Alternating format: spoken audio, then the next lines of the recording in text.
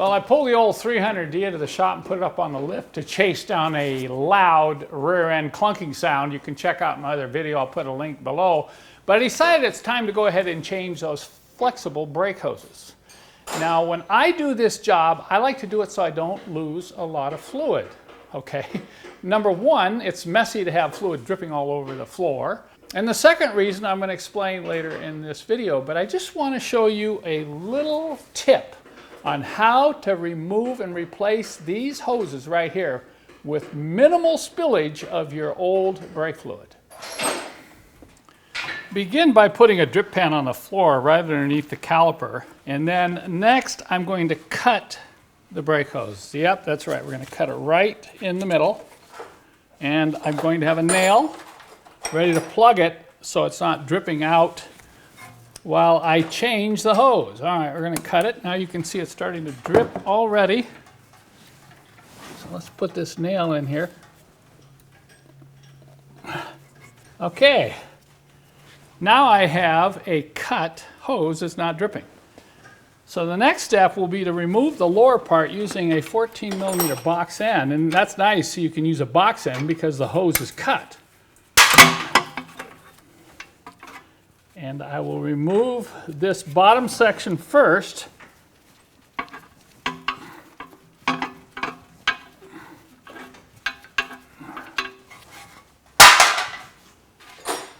Then I can immediately take the new hose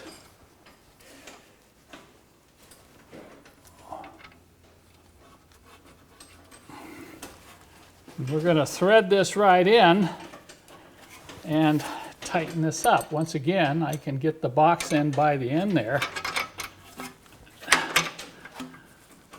I'm going to tighten this down until it's pretty tight, about as tight as you can get it with a short wrench. Don't over tighten it.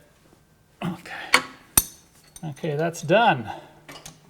Now the next thing is to repair the top of this hose fitting where it's all usually rusty and dirty with the hard line coming into it.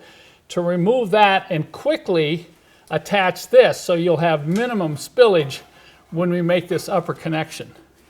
On that top fitting, you want to use a wire brush. Wear a dust mask when you're doing this.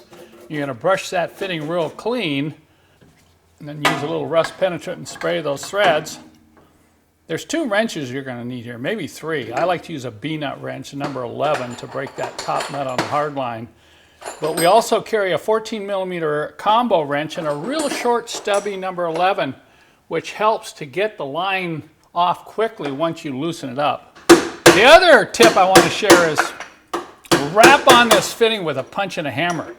This kind of shakes those threads loose because you do not want to round out that nut on the hard line or you really have a problem.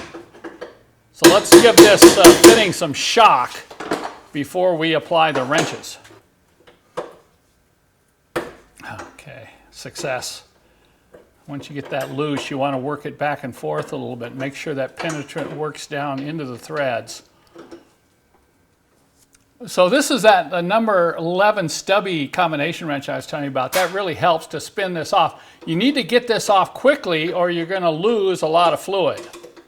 Once that's free, we'll immediately shove the new line up in there and start tightening it down.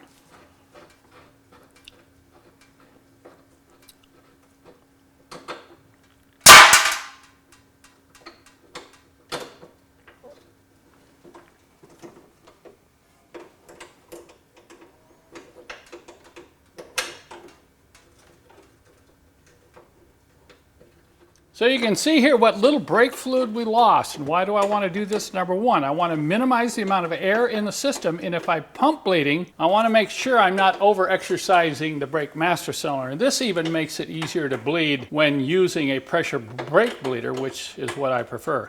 And this even makes it easier when using a pressure brake bleeder, which is what I prefer. I put this 300D up on the lift today to change the flexible brake hoses and to give it a brake fluid flush. But I forgot to check something before I started the procedure. I forgot to check some parts on the top of the brake master cylinder reservoir. And I'm thinking, oh no, I do not want to get in there and pump bleed this car.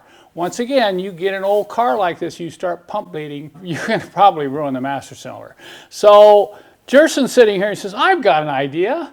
And he really did. He came up with a really good idea. And now we're pressure bleeding the system, and I can even pump it up past 15 psi on my brake bleeder because I don't have to worry about the top of the reservoir leaking fluid. So when I went to attach the pressure bleeder to this reservoir, look what I found. These two rubber sealing caps, both of them were badly cracked. And if you attach the pressure bleeder with these caps cracked like that, you're going to have brake fluid pouring out of the top of this reservoir. So this is the solution Jerson came up with. He said, hey, let's just get a hose and connect these two fittings together and just bypass these caps. So we found a 3/8" fuel hose, just the right size, put a little silicone dielectric grease in there so it could slip on because it's really on there tight. And now I can pump pressure up to 20 psi on my brake bleeder tank and not worry about this reservoir leaking. So if you run into this type of problem on your own older Mercedes, you can use Jerson's bypass hose technique. Look at this fluid, quick and easy. You want to do any brake fluid flush? This is the way to do it. And I'm going to finish it. And I'm going to finish this job off by installing nice new bleeder cap rubber covers. And I'm going to finish off this job by installing these nice new bleeder fitting rubber caps. And I'm going to finish this job off with a little icing on the cake by installing these nice brand new rubber caps for the brake bleeder fittings. Okay. Quick and easy. Okay, hold on, I wasn't filming. Shoot.